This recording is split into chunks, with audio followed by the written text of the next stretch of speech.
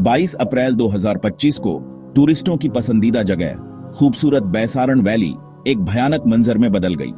5 खतरनाक हथियारों से लैस आतंकवादी वैली में घुस आए और बेगुनाह लोगों पर हमला कर दिया। उन्होंने हिंदुओं और ईसाइयों को निशाना बनाया, उन्हें अपना धर्म साबित करने पर मजबूर किया और फिर नजदीक से गोली मार दी। इसका नतीजा बहुत ही भयानक था। 26 बेकसूर लोगों की जान चली गई, जिनमें 25 भारतीय और एक नेपाली नागरिक शामिल थे। मरने वालों में 2 विदेशी नागरिक, 2 स्थानीय लोग और एक युवा भारतीय नौसेना अधिकारी लेफ्टिनेंट विनय नारवाल सिर्फ 26 साल के थे। 20 से ज्यादा लोग गंभीर रूप से घायल हुए। उनकी जिंदगी इस त्रासदी से हमेशा के लिए बर्बाद हो गई। इस खौफनाक हमले की जिम्मेदारी द रेजिस्टेंस फ्रंट ने ली। खुफिया रिपोर्टों ने जल्द ही हमलावरों को लश्कर-ए-तैयबा से जोड़ा, जो सीमा पार से काम करने वाला एक जाना माना आतंकवादी संगठन है। इस खुलासे से पूरे भारत में हड़कंप मच गया और तुरंत कार्रवाई की मांग उठी। बैसारण में हुए इस घिनौने हमले पर भारत ने तेजी से और निर्णायक रूप से प्रतिक्रिया दी। सुरक्षा बल वैली में पहुंचे, इलाके को घेर लिया और बचे हुए लोगों को निकाला। 1500 से ज्यादा संदिग्धों को हिरासत में लिया गया और कथित आतंकवादियों के घरों को ढा दिया गया।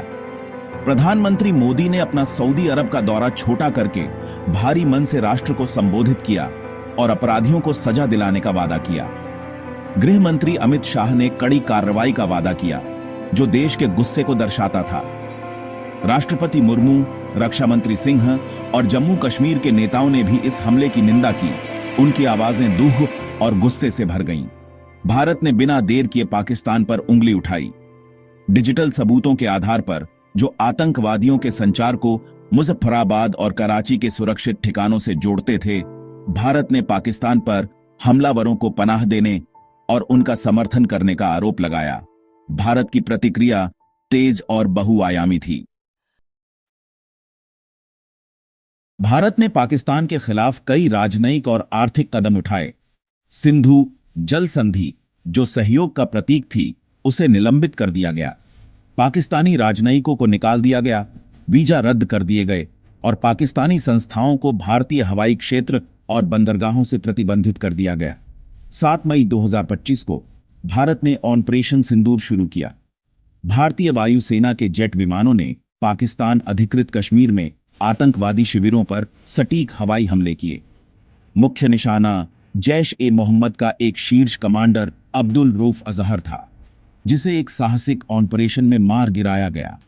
हालांकि पाकिस्तान ने पहलगाम हमले में किसी भी तरह की संलिप्तता से इनकार किया। उन्होंने एक स्वतंत्र जांच की मांग की और भारत के हवाई हमलों का जवाब ड्रोन और मिसाइल हमलों से दिया।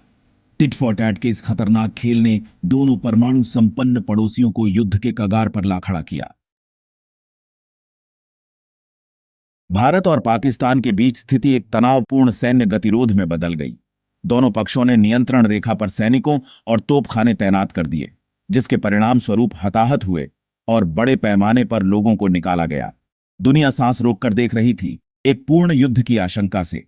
भारत और पाकिस्तान दोनों पर अंतर्राष्ट्रीय दबाव बढ़ गया कि वे संयम बरतें और स्थिति को शांत करें।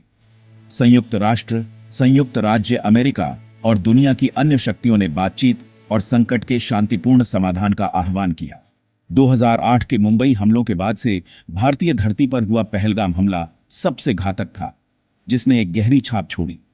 इसने एक खूबसूरत घाटी की शांति को तोड़ दिया, बेगुनाह लोगों की जान ले ली और भारत और पाकिस्तान को युद्ध के कगार पर ला खड़ा किया। जैसे जैसे दुनिया शांति के लिए प्रार्थना करती है, हमले की लंबी परछाई दोनों देशों के रिश्तों को काला करती जा रही है।